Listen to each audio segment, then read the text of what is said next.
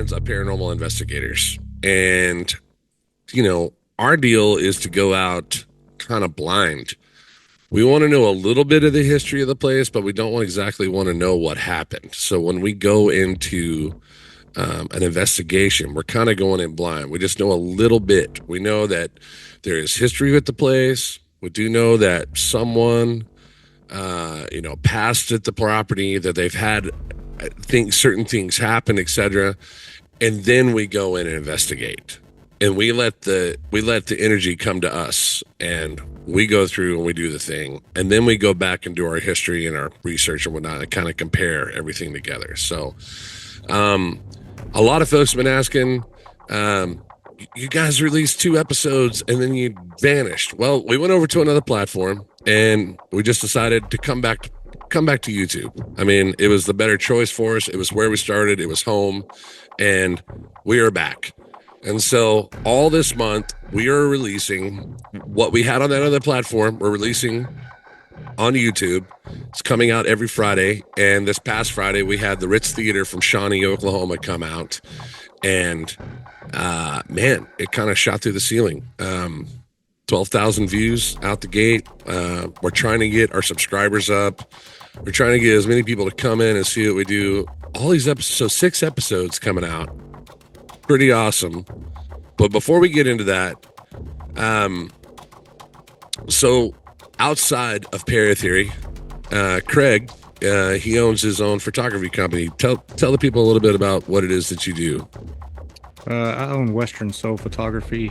I primarily do music photography, but we also do wedding photography, senior photos, family pictures, newborns, pretty much anything that you need me to do, I can do it. And then I do a lot of your music videos, been getting into that, and then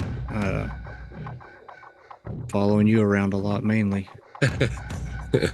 My man is extremely humble, but dude landed Rob Zombie's latest album cover. Let's talk about that. Yeah, you did. It's a big accomplishment, man. If you guys have seen the green cover of Rob Zombie, Craig here, man, he killed it. He nailed it on that one. So I kind of pulled Craig into this thing. I was like, man, listen, I want to do paranormal, and let's do this together. And we always just had a really good vibe working with each other. And so we went out and started trying to do this. And oddly enough, it would just be like, when it's you and I in a room, we got shit going down. And then it's like, if we have a group of people, we don't have a whole lot going down. And it's like, but you put the 2 of us together and it works, and the energy's there. And, this thing comes out and plays along with us. So, the first one we ever did was was in Mineral Wells, and it was at a farmhouse. Tell a little bit about the farmhouse that we were at. It was back in, I think, the early 1900s. But my father was the ranch manager out there at the time. And whenever we would go out there and work the llamas or the cows with them, that would be where we would go to use the restroom, eat lunch, whatever, just kind of hang out in that house. And there was a few times I was sitting in there just by myself, and I thought I heard someone come in. So I was asking him about that, and he goes, "Nah, we've been up here the whole time." So it's always just had some kind of a haunted history, and come to find out, the original settler's son was taking his 2 horses out to the creek or to the river behind him at the time, and he was ambushed and attacked by Indians and killed right there, about 100 yards behind the house. We come to find out that this place was built in like 1803, 1804, somewhere around there. And had a load of history. Ended up being the Cranfield family, which is relatable to the Cranfield's Gap. So we kind of found that out pre-hand, and in post, basically, not before we went in, but afterwards. And so hence the reason that we called it the Cranfill house. It was really cool too because we had Corey come in on that one, and we had your wife Paula, Yeah. and we we had we had quite a bit of fun, man. Um, Besides the freezing weather. oh my God, dude, it was so cold. It was so cold. It's like in the teens.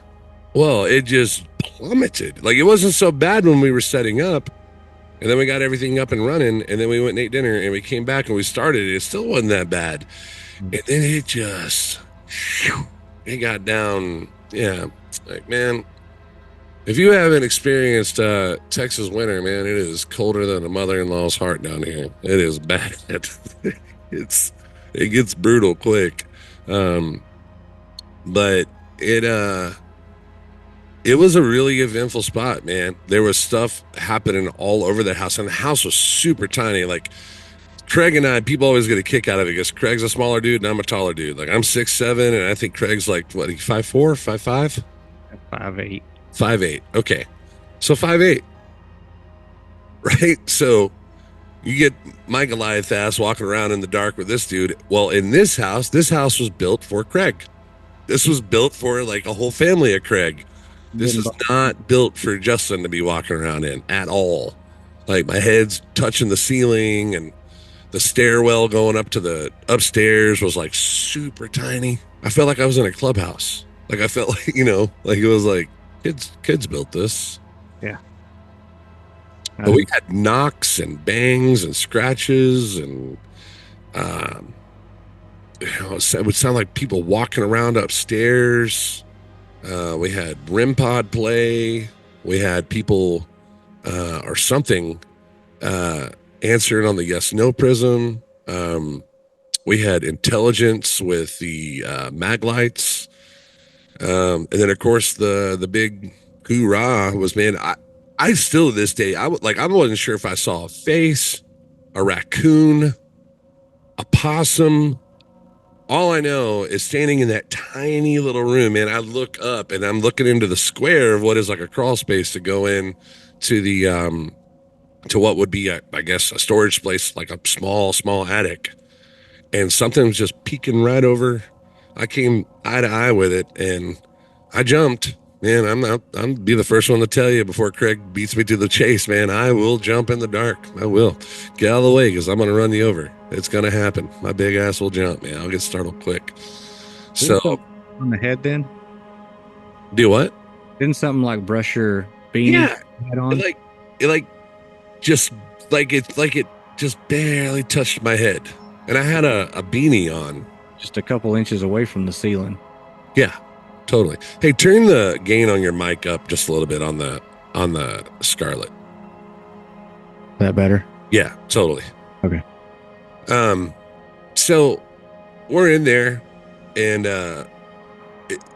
you and Paula had things going down. Corey and Paula had things going down. So it was a really good investigation. And then to find out that the whole family was buried just like a stone's throw from the property made it a hell of a lot more. I really think we ought to go back, being as like that was kind of our first one to catch evidence in. I think it would be cool to go back. Maybe we do, in the future here, we go back just the two of us and see if we can. It's such a small place, but man, we've had luck. We've had much better luck with the smaller places than we have with the gigantic, warehouses. Yeah, right. Which we caught plenty of rats and raccoons and possums, but. And then we went and did in Mineral Wells. We also did the Crazy 8 Saloon there in Mineral Wells. Yeah. Across from the Crazy Water Hotel, which is the infamous bar where they had what was it called? They had the skull, the tequila skull, fly off the. Oh yeah, the bottle. The bottle flew off the shelf. Yeah. Yeah, the Crazy Eights. Yeah, which was nuts. Yeah. Yeah, I was just like, what the and he showed us that vid. We got that footage. It's on that episode. So, which is live as well right now. Those are our two oldest episodes. And that footage is live on YouTube for you to check out. I mean, we had that was a weird one because like when we would be in one spot and then it would go to another room. And then it would, it was really dark in there, so in certain spots, remember that hallway that went back to the back? Like, Yeah. we were setting up, you went back there and you were like, Nope. yeah, nope. Something. Mm-mm. The toilet kept flushing. Yep. I mean, you could just feel it. Whatever it was, like, resided back there in the back hallway. And it didn't want anything to do with us. Negative. No. But it was cool that, like, we caught that, like, the menu moving on the table, It's been 2 years now. I'm trying to remember what exactly. We had the menu moving. We had the motion sensor going off like crazy. We had the Paper towel dispensers. Oh my God. Yeah, talk about that. Because you were sitting at the table doing something, and I kept hearing a buzzing going off, and I couldn't figure out what it was. But behind the bar, they had all the old paper towel dispensers stacked up with nothing in them, and they were just going off one right after another, like something was walking in front of them, and each level would go off different, like it was something just right there, and it just kept going back and forth no matter what, and it would stop for a little while. And we would just do about our business. But when we would start talking and doing our own thing, they would start going again. And they would even make the corner to those, the other ones over there. It was like a corner bar. And so it went down and turned. And so they had all these old paper towel machines just laying across the floor that are all motion sensors. So they run on batteries. And so whatever was walking by, first we thought it was like a rat. Yeah. Or it could have been like a, cockroach or something. It doesn't have to be very big, to set it off. But we tested that theory too. So we walked back there and we couldn't get them to turn on. But then we'd be sitting there and you'd hear them just in a row, just like they'd go across and you could hear it. Like it was pacing. Like it was walking back and forth. And we actually caught what looks like a face in the window going into the kitchen that I didn't see in editing. Somebody pointed it out. It was like, man, look at this scene right here, dude. In that window there's a damn face. Oh, really? Looking through. I didn't even notice that. Somebody, one of our fans called it out. I was like, holy shit. That's crazy. I feel that. Pretty gnarly. Oh, Corey's on here watching. Hey man, we've been on for a while. I don't know where you've been, sir. So if you got any questions for us, if there's anybody, if you guys want to jump in with us, we got the chat up on YouTube where you can jump in and ask questions, all that good stuff. Now, the Crazy 8 Saloon is right downtown Mineral Wells, and it is in between the Crazy Water Hotel and the infamous Baker Hotel. And it was a bathhouse a long time ago, back during when the Baker was thriving. It was used as a bathhouse saloon. The Crazy 8 was. Oh yeah, that's right. Because he was showing us how each room was different and why. Yeah, and it's a really cool place, man. Good food. Great. Yeah. We watched the Cowboys get their ass kicked in there. Nothing new. Nothing. That's not hard to do. Yeah, I mean, we pulled this last game directly out of our ass. Yeah. We shouldn't have done that. Anyway, this isn't a sports talk. We could have a whole nother podcast for that. And it would just be shitting on the Cowboys the whole time. And then why we're still fans. Yeah. That doesn't make any sense, but we just keep hoping. I got nothing. I can't even defend myself. I got nothing. And I'm gonna watch them get their butt kicked again this weekend. Oh, geez. Well, so which brings us to the RITZ Theater. So the RITZ Theater in Shawnee, Oklahoma was really, really, really interesting.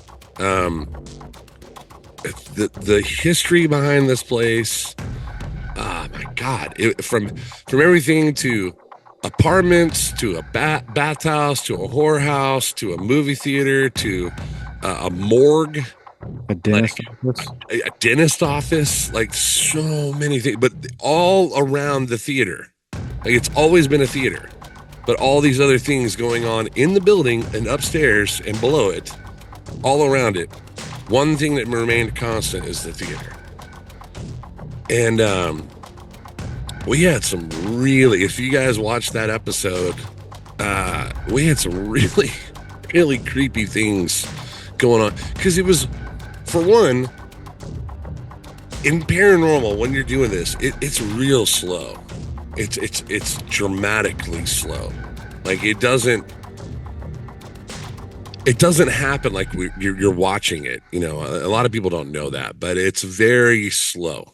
And so when something happens, a lot of guys are like, "Oh shit, what was that?" And they overreact. And, "Oh my god, what?" Greg and I's approach is kind of like, "The fuck was that?" We were just kind of like, "What?" Yeah. There was About one time scene. it came out. Yeah, right. Like, finally, dude, Jesus. We'll even get frustrated. Like, I can hear it in my voice sometimes. I'm like, okay, finally, Christ, here we are. You know, and it's got to be something definitive. But in this one, it was playing with us the whole time, like a child, like like a kid that didn't, I don't know, or an adult. I can't explain it. Um, Mature. Say again. Immature. Yeah, very immature. Yeah, I mean it was like I think the first thing that we like saw happen was in the bathroom. We had the REM pod going off and the cat ball, Oh yeah. and we were getting a little bit of reactions with that. But then like behind us, as we're looking one way, this thing would be behind us and it'd be knocking on the table or it'd be knocking on the wall or it'd be making sounds down the aisle down to the theater. And so then we switch gears and we go into the theater, and then it just kind of just went silent, and it stayed that way until you kept hearing like a rumble, like a growl. Yeah, I kept And thinking your stomach was growling. you were like, "Is your stomach growling?" I'm like, "No, it's not my stomach." And then I would hear. Then I started hearing. I was like, maybe Craig's stomach is growling. He doesn't know that it's happened. That's what it's. It was so faint and little, almost like a cat purring. I think I say that in the video. Like it sounds like a cat, like with in a deep sleep purring. And then in the video, it was absolutely not that. It was a full on guttural growl that happened a couple times. And I was like, holy shit. That was right. That was standing right in between us. That's what I was gonna say. I'm pretty sure that was right between the both of us. Like the audio that we're using is in that one we have lav mics on and we had Rode mics on our cameras. And that was back when we had the XF 100. Yeah. Yeah. And you were using your Nikon. Yeah. So we got into that thing and we had the growl happen, but we didn't know it was so severe until after we were in editing. And then we had the cat ball go off one time and that whole theater. The Yeah. Estelle prism didn't go off. I think the REM pod may have gone off one time. And then we kept seeing like shadow play up in the front back. Now it's back in the foyer where the ticket booth where you come in. Oh yeah, where you could see them go from one side to the other whenever. Yeah, it was like because there was like, there's two aisles as they go up, and then there's two doors, and then there's the wall in between. So it's like you would see it dart from one side to the other, like back and forth, but it was fast. And I kept catching it out of the corner of my eye. I was like, man, am I seeing this right? I was like, watch. And I think that was when I was like, look, there. I was trying to like catch it. What I was trying to do behind the camera was I was trying to look off this way. And then when I would see it happen, I would see it out of the corner of my eye happen. And we caught some of it, but what we caught, standing up there, I still don't know what the hell that is. Like, I'm still scratching my head over that. Like, it's got like the way it was like doing this number, like I was like, maybe it's the plant up there, but I was like, that doesn't look like the plant.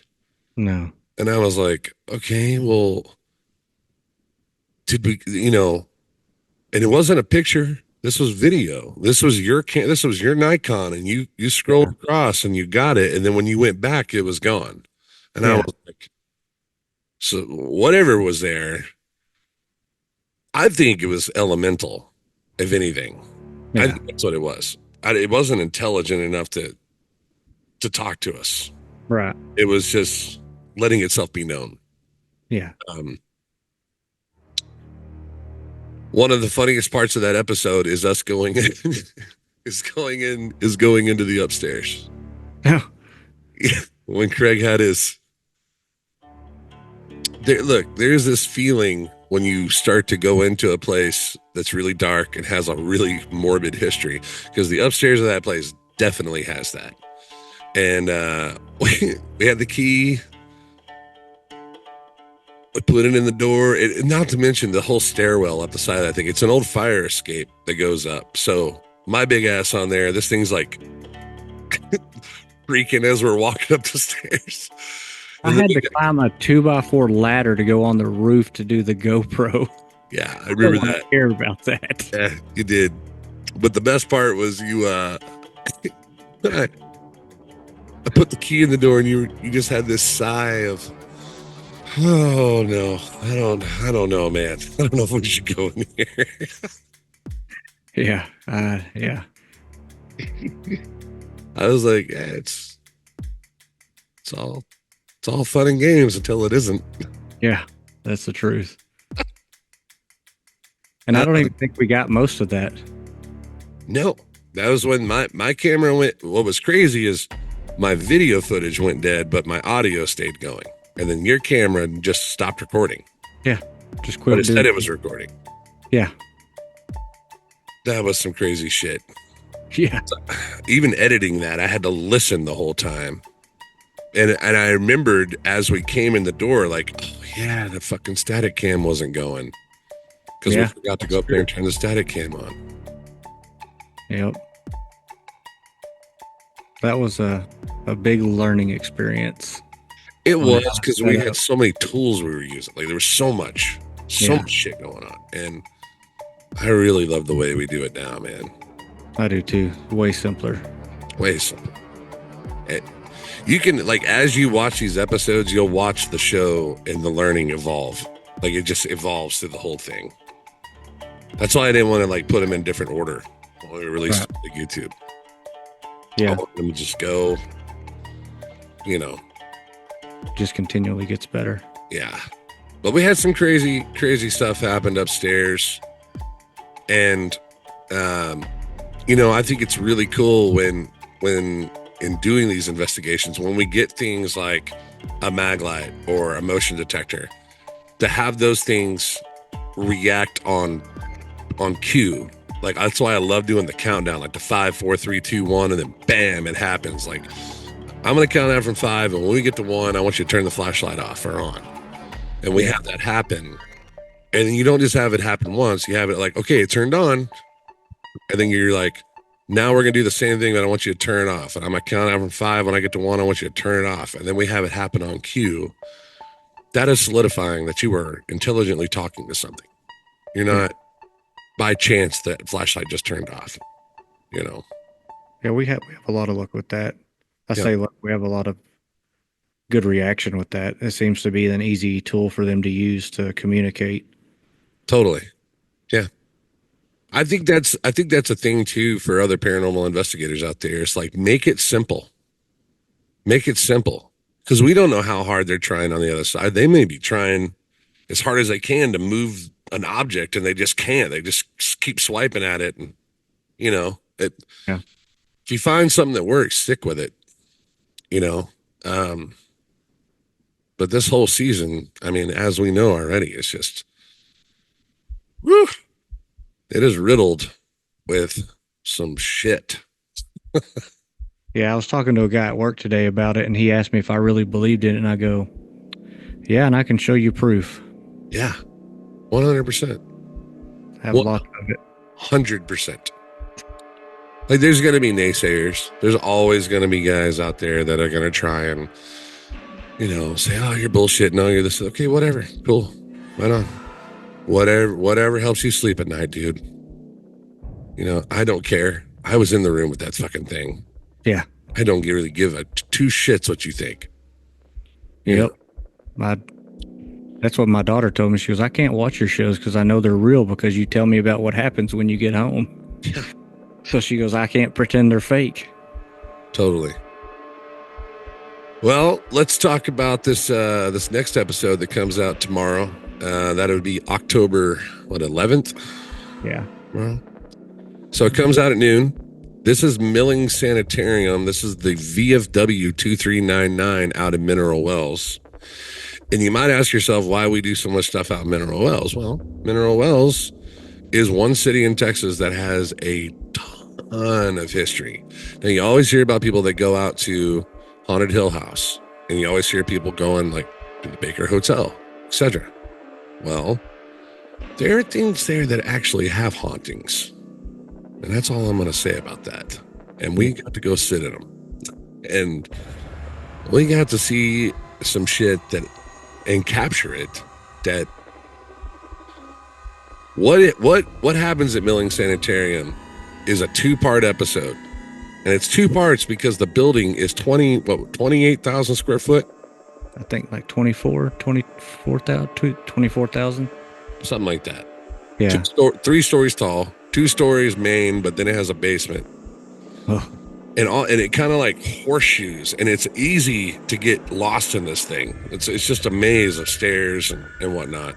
Doors and everything. Yeah.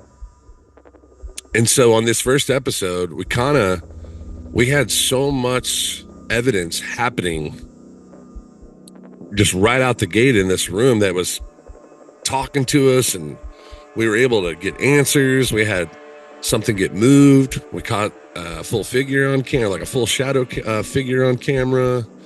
You're going to have to see this. This is like a must-watch episode. And then we take the pause, and then we come back with episode 2 of this. And episode 2 has still left us scratching our heads. I'm an audio engineer. I work with audio. I've been doing music my entire life. I work with radio frequencies for RF, for in-ear monitors, wireless, stuff like that. Corey, my fiddle player, was with us on that one along with Paula. Yeah.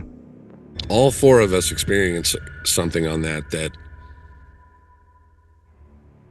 we've talked about 100 times that just doesn't make any sense.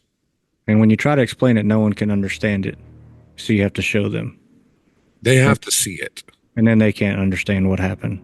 Well, what I love about it is they're coming up with their own theories, and we sit there and go, okay, well, what about this though? And they're like, oh yeah, shit, that doesn't work. Yeah. Even if she, I don't want to let the cat out of the bag. You're just going to have to watch the episodes. Right. See it. Because what happens is just nothing short of amazing. It's mind blowing. And so, yeah. Say what? Remember when we walked in there and that older guy was sitting at the bar and you started telling him what we were doing, and he stood up and he goes, well, we got more ghosts than the morgue, so come on in. Yeah. I think he said something about like, if all the dead were to stand up in this place at the same time, we wouldn't be able to walk that well, or something like that. Some shit about, and this is an old war veteran. Like, yeah. He's just like, this place is so goddamn haunted. It was the first dude we saw when we walked in the door. Y'all here for the ghost? Shit, man, I'll tell you about this. Fucking haunted as hell in here. Yeah, no problem. Just giving us the bar to everybody. Was just like, yeah, man, I'll tell you, fucking dude died right behind this bar. Like, remember the guy had a heart attack? Yeah. Well, they had stories, lots of them. Everyone seemed to have several. Yeah. Well, and I see why now. Like, yeah. I mean, Dr. H.H. Millings was an evil, sadistic son of a bitch that just got away with murder. Pure and simple. Got away with not 1, not 2, but over 20,000 confirmed deaths in that place. 20,000. That's incredible. 20,000. That's how much blood was just pumping through this place. just coming in on trucks and then going right back out the morgue. 20,000. Like, I would like to look up, what's the tuberculosis center up there that everyone goes to and does the investigation at? Something Hills. Oh God, I can't remember what it is. I think it. I want to know what the number is for that. If you know what the number is, or you know what I'm talking about, the tuberculosis center, it's up north. I think it's in Pennsylvania. I want to know what the number of deaths were for the tuberculosis center. Like, if that, I want to know if it's over 20,000. If you know what it is, leave it in the comments. But this guy, man, 20,000 people and just drowning them, testing them with the mineral water of mineral wells. That's what he was doing, folks, is he was using the mineral water from mineral wells, which was said to be like life water, like the fountain of youth. And he was trying to use that to cure the sick, the mentally deranged, people that had massive, like, you know, memory issues, stuff like that. He's just pumping them full of water. And then he would drown them and like, oh, well, that didn't work. He had electroshock therapy going on with water. Just rolling bodies out a tunnel. Just being like, oh, well, we killed him. That didn't work. Next patient, 245. Are you talking about the Indiana State Sanatorium? No. This one sounds interesting. It's 120,000 square feet, and it's a historic tuberculosis hospital, nursing home, and mental hospital. And they have ghost tours. It's the same thing. There's another one. It's been on like from Ghost Hunters to Project Fear to, I mean, when they were Destination Fear. I mean, everybody's been to this place, and I've never been there.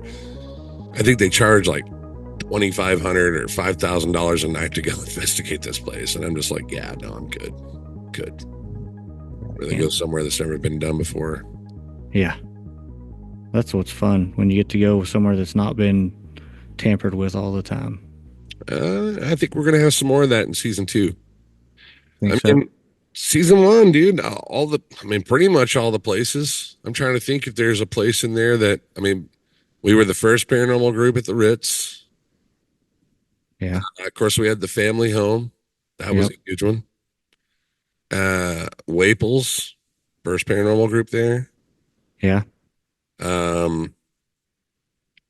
VFW, I mean, the Milling Sanitarium, he only ever had, they did ghost tours there. I think they had one show there that they had an episode of. But I think it was, but I think they got played. I don't think it was really a show. I think it was like people just coming in with phone cameras. Oh. You know, don't do it. Don't do it. It's waiting for you to say it. I know exactly where your head went when I said phone camera. You didn't talk about at the Ritz? What?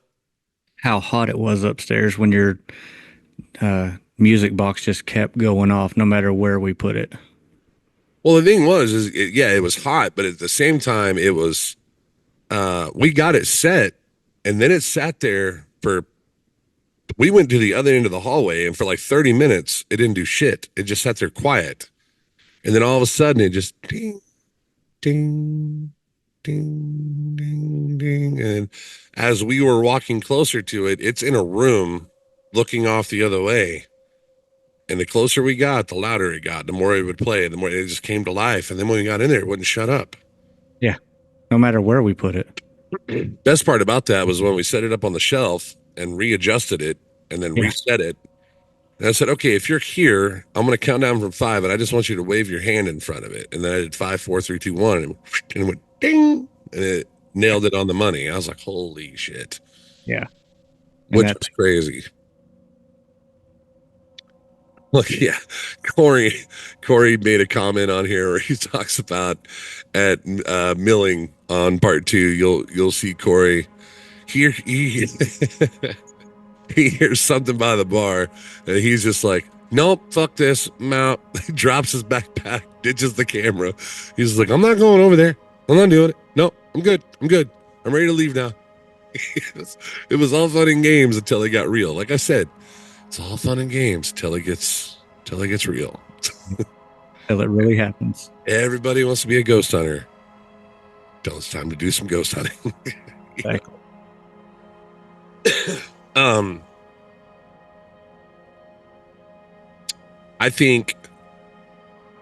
I hope that people watch our footage and take it to heart. We put a lot of work into this, and we have a lot of fun with it. We both have full-time jobs, and we're not doing this for fame. We moved it to YouTube because we didn't want you to have to pay a subscription to watch it somewhere else. We want you to see it, because in all my life, I've never caught anything like this, or experienced anything like this. Like I've experienced some major stuff, and we're going to save that for another podcast. But the stuff that we caught on these investigations was pure and real and terrifying. Like coming into this studio, man, and sitting down and listening to our audios and having everything pulled up on the screens and the computers, and then, sitting here silently listening to all of that, to have a little girl's voice giggle in there is fucking mortifying. It's just like, that we did not catch that. We did not. And I have to go back and listen to it again to amp it up so people can understand it. Yeah. What was what's been your scariest moment, without giving too much away?